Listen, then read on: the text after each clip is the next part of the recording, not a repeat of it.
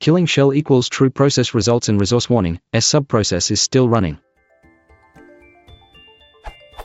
Following the advice from how to terminate a Python subprocess launched with shell equals true. I have a process that I start with the following.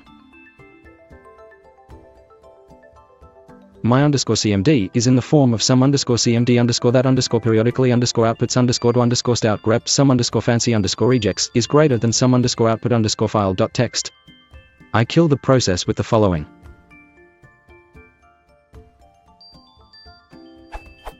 After killing, I get the following warning.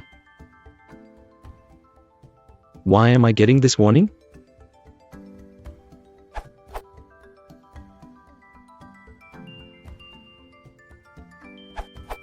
You didn't wait for the process to end. Even if you kill the process, you're still supposed to wait for it so you don't have a zombie process hanging around. Python is warning you that you didn't wait.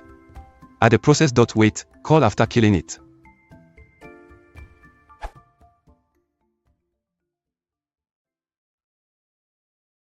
If you want to support the channel, please consider liking and subscribing.